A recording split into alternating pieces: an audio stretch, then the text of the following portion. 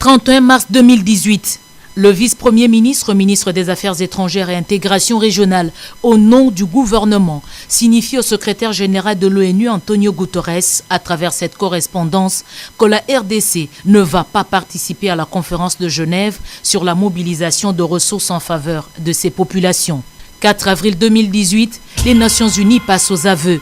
Le secrétaire général adjoint chargé de l'aide humanitaire reconnaît que le tableau fait de la situation humanitaire en RDC ne tient pas compte de certaines évolutions vécues par lui-même pour avoir visité le pays récemment et que les critères de référence établis le 20 octobre 2017 pour mesurer le passage à l'échelle L3 ont été largement atteints.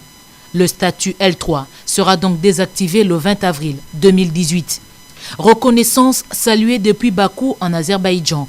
Malgré ça, la RDC ne revient pas sur sa décision. Cette lettre non seulement est un aveu de l'erreur qui a été commise de ne pas associer le gouvernement à l'organisation de cette conférence. Par conséquent, nous maintenons notre décision de ne pas participer à la conférence de Genève. Mais en même temps, comme je l'ai dit au secrétaire général dans notre correspondance, nous restons ouverts à toute proposition qui soit inclusive, c'est-à-dire qui associe véritablement le gouvernement représentant légitime des populations concernées. Le 6 avril 2018, alors qu'il participe à la clôture de la conférence des États du mouvement non aligné, dans une bilatérale, le patron de la diplomatie congolaise approche la République arabe unie, un des pays co-organisateurs de la réunion de Genève. Léonard Chéo Kitundu, argument à l'appui, explique le réserve de l'État congolais censé être bénéficiaire de l'opération et que ce dernier n'est pas associé à l'organisation. Argument convaincant qui produit des effets instantanés. À travers une note verbale, les Émirats se désengagent. La phrase la voici. Si la RDC ne participe pas à la conférence, la République arabe unie non plus. Tout s'est joué loin d'Abu Dhabi et de Kinshasa. Une position certes qui donne à réfléchir.